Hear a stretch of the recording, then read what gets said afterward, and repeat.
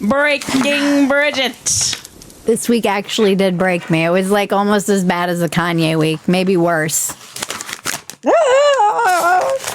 Covenant shooting, victim blaming kids, the takes. Yeah, the takes. So, unfortunately, for our last week at Dumpster Fire and all of the families involved and our country, again, there was a school shooting, which generally we take the week off if there's a school shooting because it's so heavy. This one was out of the news by Monday afternoon. Oh, yeah, some kid shot up the school.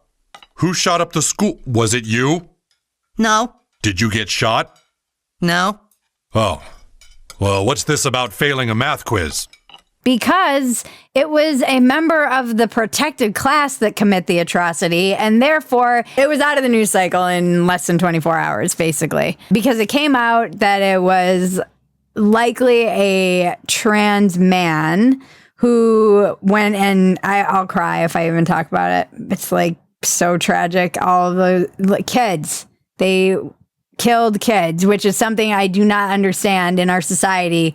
What the is going on that people get this in their brain as a thing to do? It makes no sense to me. Apparently there's a manifesto that's not being released. I think we as the public have a right to know. And it's ridiculous because they're like, oh, why did they do this? Why did they do this? Well, there's a manifesto. I wish we knew why they did this. They wrote a whole manifesto. Oh, if only we had a clue. They had text messages with people saying they will all be revealed. They left a manifesto. They wanted us to read the manifesto, and it's somehow not coming out. The appalling lack of empathy from our media and from, in this case, the White House and celebrities when somebody from the protected class commits these atrocities is so unsettling and disgusting. Identity either matters or it doesn't when there is a school shooting or shooter. You don't get to just say that it does in some instances, and then in others act like it was some passive SUV that crashed into a parade or this rampage that occurred. In this instance, this is what the NBC called it, a rampage. You don't have to say that it's because they were trans, but you don't get to ignore their identity if it's inconvenient. Like Madonna coming out and saying they were going to do a benefit in Tennessee where the freaking shooting happened. Can you imagine being these families and you lost your 9-year-old child and your mother, or the adults who got killed, all the people who were family members and friends, and the media is just treating this like somehow the victim is the actual shooter?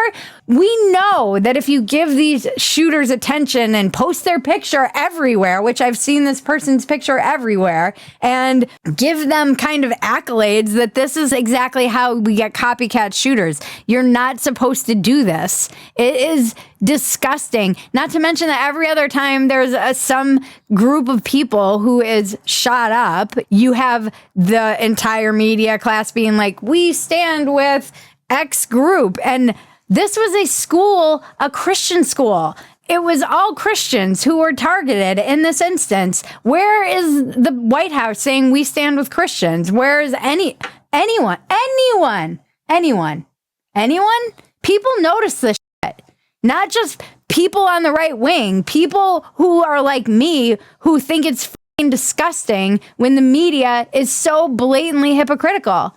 It's so fucking gross. Some of the stuff that I've seen come out of the media is there was a Daily Mirror article that was like, the shooter was going to be a graphic illustrator. Oh, really? What about all the kids who died? What about what they could have been? If somebody asked me someday, what is the week that you really realize that there's just rules for one set of people and everyone else it does not apply, it would probably be this week. There was a young kid who got kicked out of a Pokemon tournament for nervously giggling when they asked his pronouns.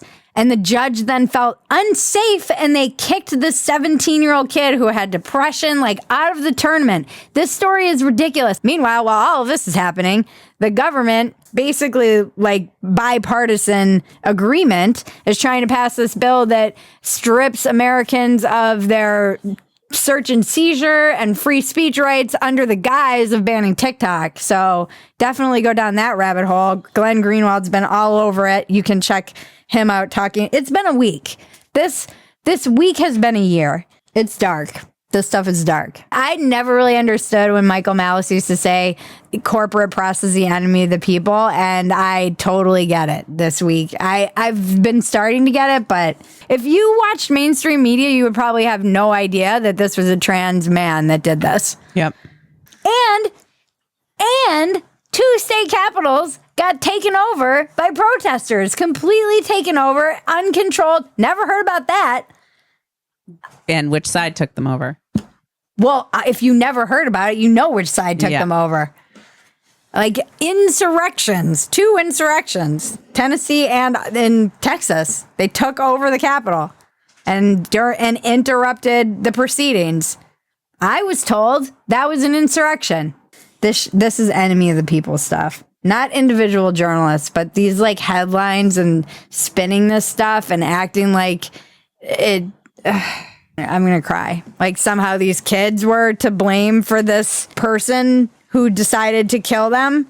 It is like the completely appropriate dumpster fire to take a break on. Yeah, it is. It's so dark. This week was dark, but it was also a dumpster fire. Yeah, it was a true dumpster fire. Yeah, this whole week was I could have done a dumpster fire every day this week. Uh-huh. I know we're not ending on a laugh, but I was outraged. But Bridget managed not to ugly cry, so it was hard. a win. Yeah, no shit. She managed not to Jordan B. Peterson. I'm gonna eventually. And then it'll just be like videos of me ugly crying online.